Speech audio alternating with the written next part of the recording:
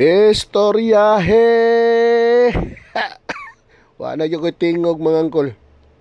Happy New Year mga angkol. Naunsa na may sabay man atong tingog, mura magnabuthan. Karong buntaga mga angkol, champion ta.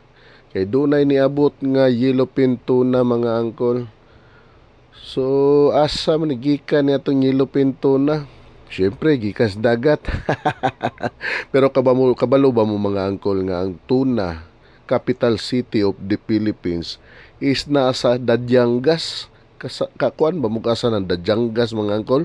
Siguro sa mga batanon, dili nakarilit. Kanang Dajangas mga angkol, mao na ang General Santos City na karon.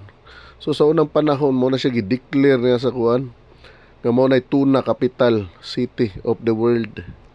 Tuna mga angkol daw na siya 17 species. So sample ana kaning mga yellowfin tuna, Atlantic bluefin tuna, skipjack tuna, albacore, true tunas, ug kaning kuan big eye tuna. Ang uban na wala ko kabalo. Pero karong panahon na dili lang sa Jinsan ta makakitag na tuna.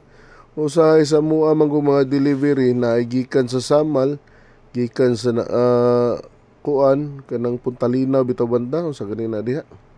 Ang uban gikan sa Mati. So natakabalog asa gyud kapital karon. Kay sa una manggod sa bagsakan sa mga tuna, Jinsan manggod. Siguro kay daghan kay panagatan dihan dapita, mao na siyang nahimo siyang kapital sa unang panahon. Pero wala ta kabalo og asa na gyud kapital ron. Basta ang kapital katong nay kwarta, kato gyud makakapital. Bitaw binuang ra bitaw na dala na lang nato nig ngisi-ngisi bisag di na gyud madag ngisi unta ning trabahoan, kamuritsing naman tani.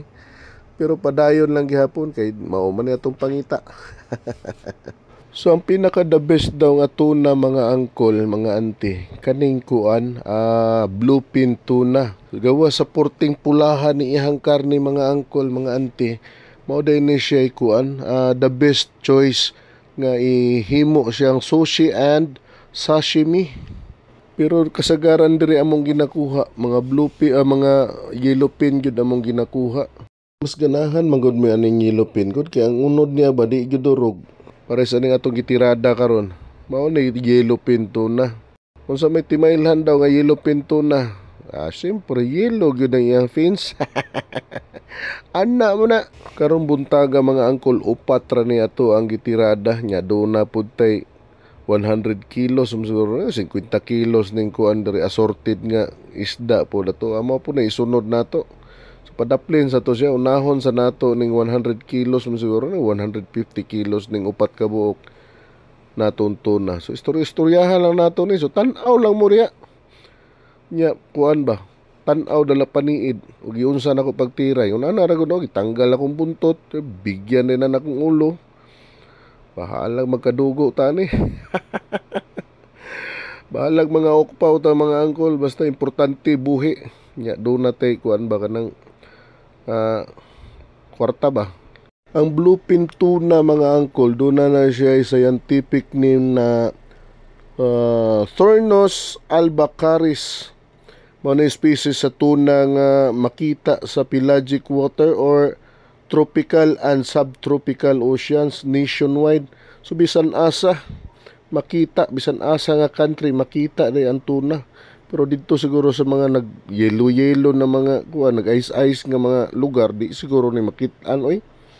Kasagaran mo gud makitaan atos tibig, mga libro gud, mga katumang mga salmon, mga kuan gud, katong mga king crabs gud, basta muna ng mga kuan na lugar na.